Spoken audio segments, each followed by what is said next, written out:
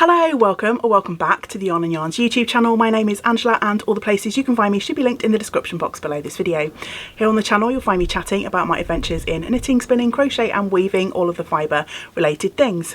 Today's video is a making roundup video.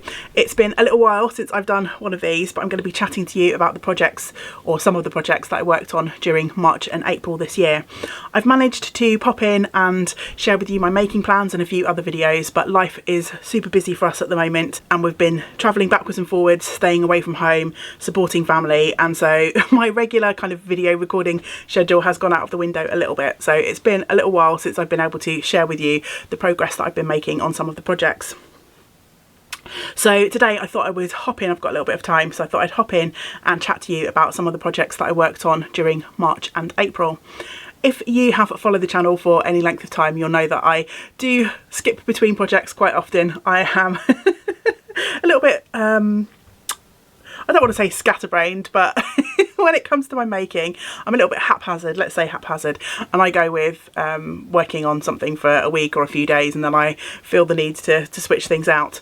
So I'm not going to be sharing with you everything that I worked on during the last 2 months because that would be quite a lot to share, and for your sake and mine, I try to keep these videos to around about 30 minutes or less if I can. So for today I've got a little bit of spinning and some knitting to share with you, mostly finished objects, just one work in progress. And some of the other projects that I did work on will get their moment in the spotlight at some point in the future. I'm sure next time I pick them up I shall share with you some of the other things that I've been working on too. So without further ado, let's get started, and I'm going to share with you a spin project. I've only got one to share, so I thought that'd be quite a nice short little segment to start with.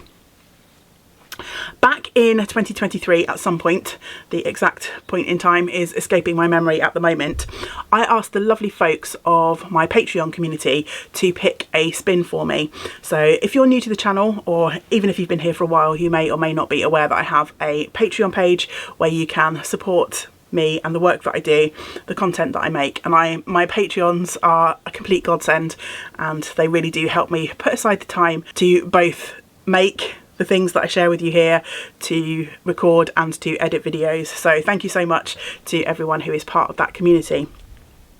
If you'd like to find out more, I'd appreciate it's not within everyone's means to be able to support in that way. But if you'd like to find out more, there's a link to my Patreon channel below. Every now and then over on Patreon, I ask people to vote on a spin project for me, and then whichever fibre wins the vote, I make a little vlog sharing my spinning adventures with that fibre. So back last year I started a spin from some beautiful fibre that was gifted to me by my dear friend Caroline of Colourful Creativity, and Caroline sent me some fibre, merino fibre that she had dyed, and there were 2 braids, and I kept them in my fibre stash for quite a while because when Caroline initially gifted them to me, I was a fairly new spinner and I was worried about messing up the spin, as we often do when we're new at something. We're worried about ruining something or something not going right. I'm now much more of the mindset that, you know, you should use these things that have been gifted and you won't really ruin anything, I don't think. Things might not turn out exactly how you intended them to be, but whatever you make will be able to be used in some way or other. Anyway, I decided it's high time to use some of the beautiful things that have been gifted to me, and so I started a spin with the fibre, and I think I managed to finish the first half of the spin. As I say, there was 2 braids, so I finished this skein back last year sometime, and then I started spinning up the second braid, and I managed to kind of tuck it away in a corner and forget about it, and I rediscovered it a couple of months ago, and so I decided it was high time to finish the spin and to share that video over on Patreon. So this is my finished spin, 2 beautiful braids of merino fibre.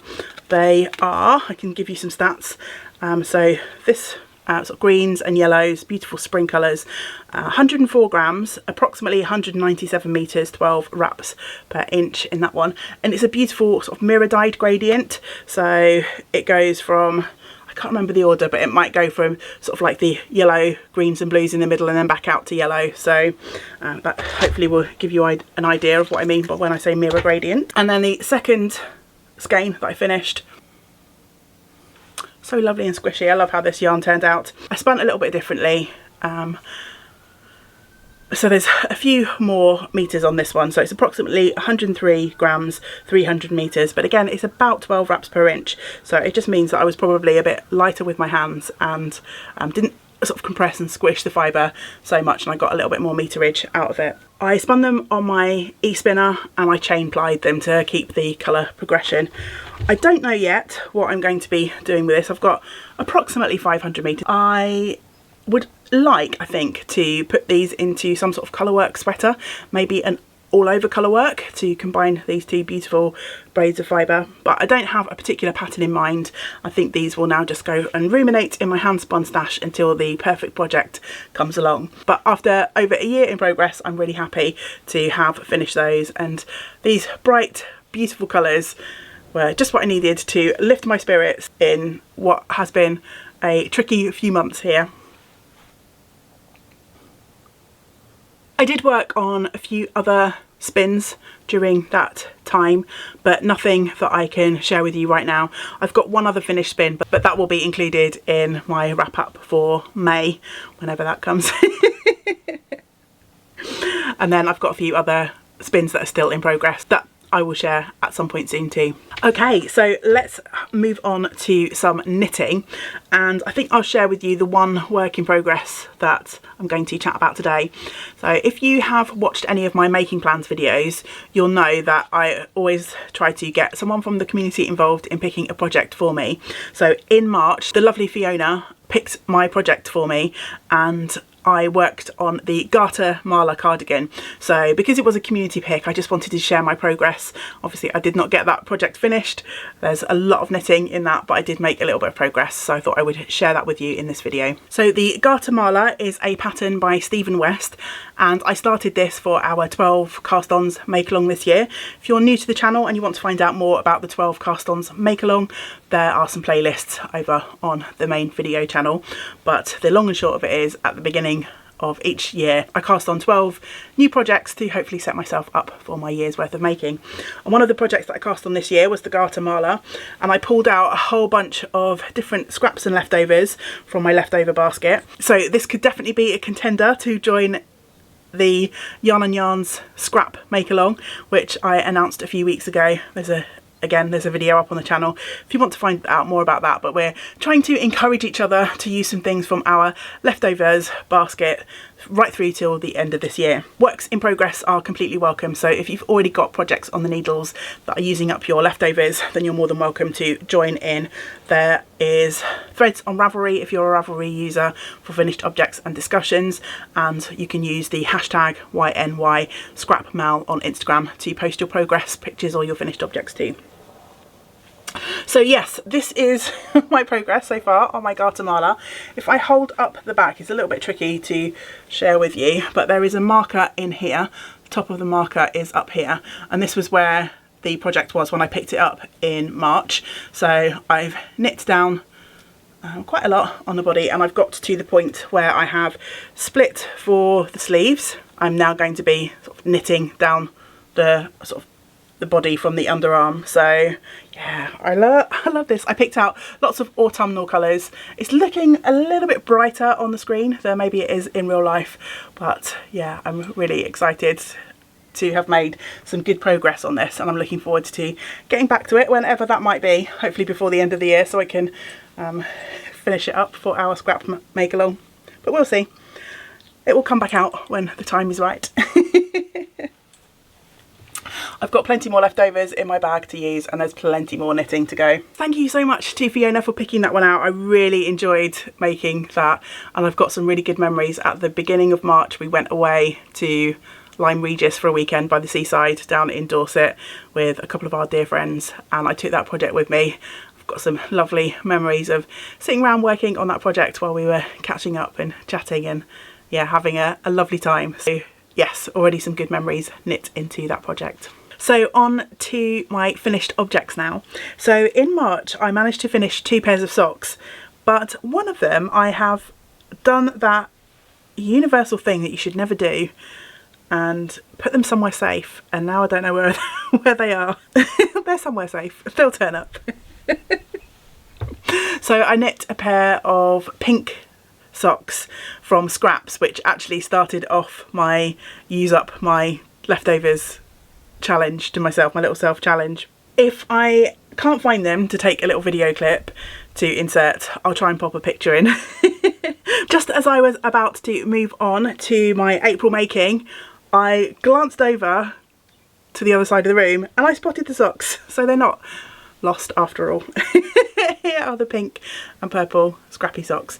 So I basically picked out a whole bunch of different pinks and purples from my stash, and then I divided each of my little leftovers in half, and so they kind of match but kind of don't, because obviously with self-patterning and self-striping yarns, if I had a little leftover I might not have been splitting them to kind of exactly mirror each other. But yeah, these were my pink socks and the ones responsible for kicking off my little self challenge to use up as many of my leftovers as I can, and those are in the pile to be donated later on this year. And then the second pair that I finished were actually a test knit from the lovely Penny Baker knits, Penny Baker Designs, and I knit her sandbox socks, and I actually knit a smaller size, so these are I think the child size. It's a beautiful design, it's a really nice one because there's a little bit of texture in it, so there's enough to keep you interested. It's like a bit more engaging than just a plain sock, but it's also easy enough to do when you're in front of the TV or in company, so I really enjoyed knitting this pattern. And I used some leftovers, so these could definitely also count towards my scrap make along. The main colour is some Mr. B yarns, Bird Street yarns, and I used this yarn to knit myself a pair of fingerless mitts, and I had lots left over, and then I popped in some contrast, and I think this is West Yorkshire spinners, yeah I'm pretty sure it's West Yorkshire spinners for the heels, toes and cuffs. So the test was finished quite some time ago now, and so the pattern is available to purchase, and I'll pop a link to where you can find the pattern down below. Did I mention that that pattern was called the Sandbox Socks? I'm not sure, just in case. Sandbox Socks by Penny Baker Knits. The main project that I concentrated on during the month of March is quite a big one. It's now a finished object, and that is my Vina Hop sweater. So I was very kindly gifted this pattern by the lovely Dagmar. Hi Dagmar, if you're out there watching. And Dagmar gifted me this pattern just before my birthday last year in August, and I pretty much cast it on straight away. I think I might have even cast it on, I think I did cast it on as my birthday cast on, and I decided to pair some Cartrev yarn that I had in my stash, this beautiful Welsh produced yarn, with some hand spun yarn that I had left over from making a litmus cowl as one of my 12 cast-ons a couple of years ago, and I had loads of my mini skeins left from my hand spun, so I decided to knit them into a stripy version of the Vina Hop, which I ended up making basically a short sleeved tunic because I had so much yarn left to play with, and so I just kept carrying on until my mini skeins ran out. So yeah, it's a little bit too warm I think today to put this on, but I will try and get a shot or two either of it on or hanging up so you can see it, because it's really difficult because it is so long for me to share this project in its entirety. I ended up adapting the pattern slightly by putting in a few increases as I went down the body just to accommodate for my hips, and the pattern as written doesn't have stripes in it, so I just added those in myself. I changed up the yarn every 5 rows I think, yeah, every 5 rows. The one thing I will say about my adaptation of the pattern is there's this one row that has a little bit of texture, and that really shows up when you knit this in a single colour, but it gets slightly lost in the sort of striping. I possibly could have placed it in the middle of my in the middle of my green stripes. I put it at the top of my green stripes, and yeah, it's a little bit tricky to sort of pick out that texture.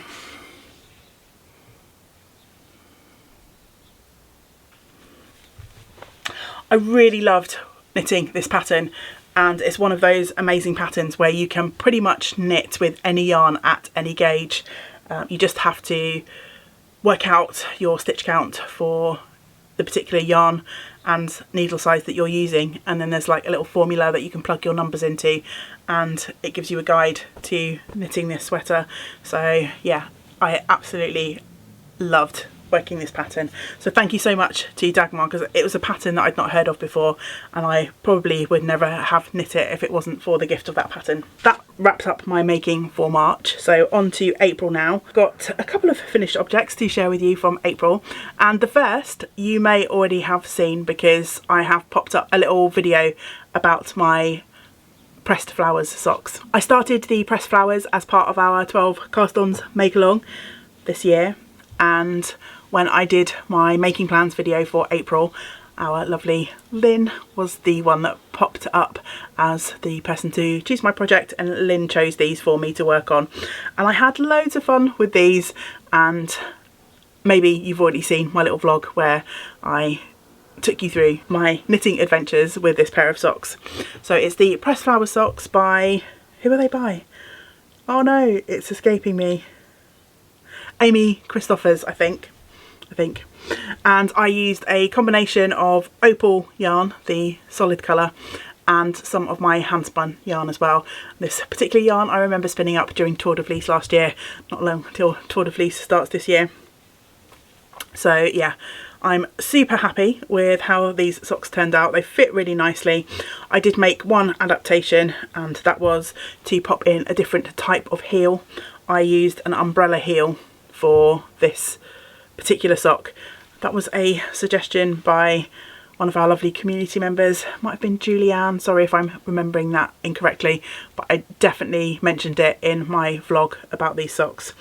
And it's an afterthought heel, but there's a little bit more space in this particular type of heel, gives you a little bit more room. I was a little bit worried about the fit of these, because the one downside I would say about the pressed flower sock is that it is only written for one stitch count, and it's mosaic knitting, so your gauge for this might be slightly different than your standard sock gauge. With the fact it's only got one stitch count, there's a little bit less room for manoeuvre. You do have to kind of play around to get a good fit, but I'm happy to say that these fit lovely, and there it is, a shot of me wearing these at the end of that pressed flowers video. Thank you so much to Lynn for picking that project for me to work on during the month of April. This is quite a sock heavy roundup, isn't it? I've been working on a lot of socks because they're very portable and they're just easy for me to work through at the moment with all of the sort of chaos that we've got going on and our current family situation. It's kind of nice to have these little projects that I don't have to think too carefully about, and I think making these scrappy socks in particular is probably going to get me through the next few months. So yes, in April I finished another pair of socks, and these are the 2 colour socks by Joji Locatelli. So I'm also trying to use this little scrap challenge as an excuse to work through some of the patterns that I've had in my library for a little while, that for one reason or another I just haven't found an excuse to work on. So quite a few years ago now, I think at this point, Joji Locatelli released this 2 colour sock pattern, and I bought it straight away, and then I never got around to casting it on. So yeah, I managed to finally get to work on these, and again this is a another really nice pattern. There's a little bit of striping going on, a little bit of lace, and a little bit of texture on the foot, so it's just enough to again keep you engaged, a little bit more interesting than a plain sock, but without being too hard on the brain.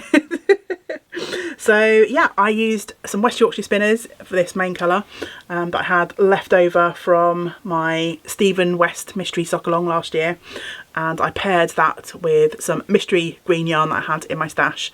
And so yeah, pair of 2 colour socks, and I really enjoyed knitting those. I knit these slightly too small for me, otherwise I might have been tempted to keep these, but yeah, they're going into the donation pile as well. One more project left to share with you, and it's another test knit, but not socks.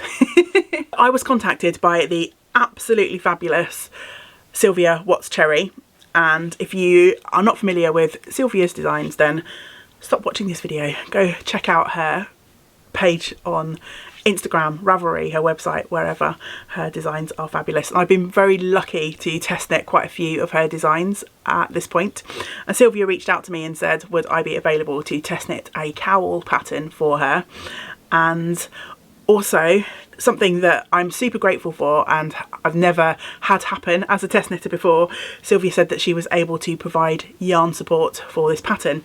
So this is Sylvia's Mino cowl. Isn't it absolutely glorious? I absolutely adore this. So Sylvia picked out these colours and had them sent to me, and it's a combination of Spin Cycle yarn, Farmer's Daughters fibre, and Moon Dance. I'll check. There's so many yarns in this. Hang on, I think I've got the yarn label somewhere, bear with. I want to make sure that I get this right. Also, apologies for the lighting situation today. It's another day where it's sunny one minute and cloudy on the verge of rain, which is just the story of our spring and beginning of summer here in Wales this year. Anyway, yes, Farmer's Daughters fibre, Spin Cycle is the contrast colour, and Moonspun by Moondrake Yarns. So just wanted to make sure I credit all of those lovely yarn makers.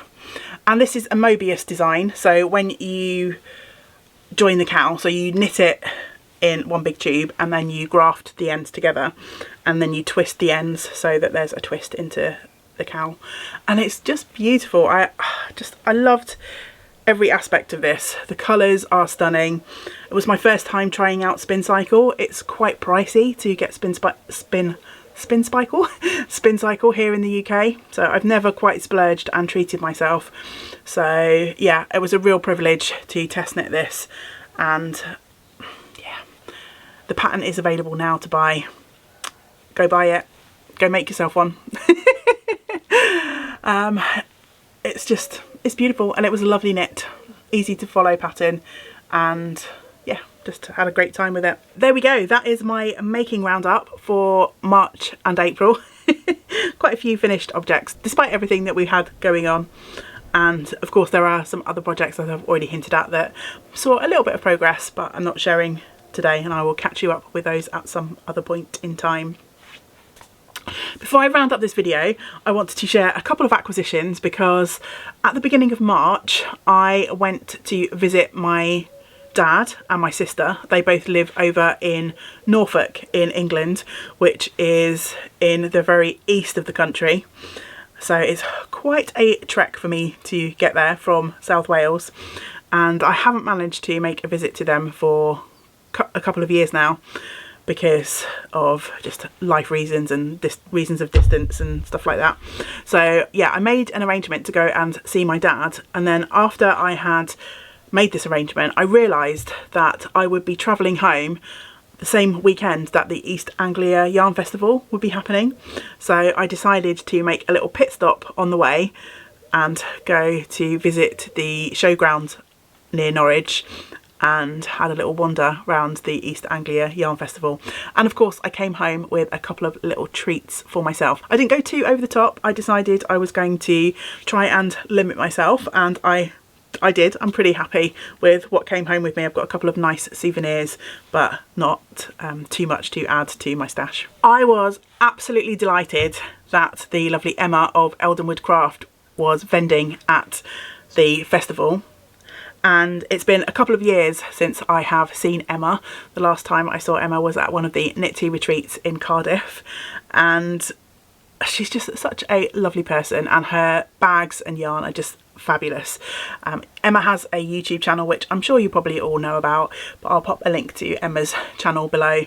And yeah, I've got several of Emma's project bags, and I just couldn't resist picking up another one. So I treated myself to this beauty from Emma's stall, and she let me know that she'd actually had this designed and printed, this fabric, and I can't resist a bag that has beautiful birds on it. So yeah, this was my purchase from Emma. It's covered in fibre, so I shall get rid of that. It's beautiful, as always, so beautifully made. There's Emma's logo inside, and yeah, I couldn't be happier with this. And because Emma is just such an amazing and generous human being, she also gifted me a skein of yarn, which was very naughty, but so much appreciated. Emma did say that I could choose whatever I wanted, but I asked Emma to choose one of her favourites, and so she picked this colour, which is the Riverbed colourway, and it's a perfect match for the project bag too. I don't know if that was, I don't think that was intentional. These are just kind of Emma colours, aren't they, if you know Emma. So absolutely stunning, and I'm going to make myself something nice with this. I've been ruminating on various patterns because I would like to get this cast on and on the needle soon. I'm thinking that I may actually save this and use it as my birthday cast on this year for August. I know that's a couple of months away, but hopefully our chaotic life at the moment might have calmed down somewhat by then. And I think it'd just be really nice to have that to look forward to as a little cast on treat for myself. So that's what I've got in mind at the moment, but you know me, plans might change and I might veer off and do something completely different. I did also come home with one other skein of yarn, and it's already wound up because I am hopefully adding this to a weaving project that I'm starting before the end of this week, because this was on my making plans for May, so there's only a few days left in the month as I'm recording this.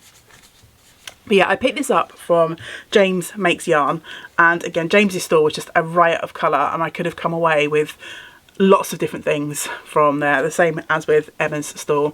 I could have literally closed my eyes and picked up anything from their stores, and I think I would have been happy. But I decided to go for something a little bit different, and I've picked up this yarn, which is a slub yarn, so it's got some nice texture in it. Not something that I would necessarily gravitate towards on an everyday, but this just really caught my attention, and it's called the Sugar Frosting colourway, and it's a merino nylon blend.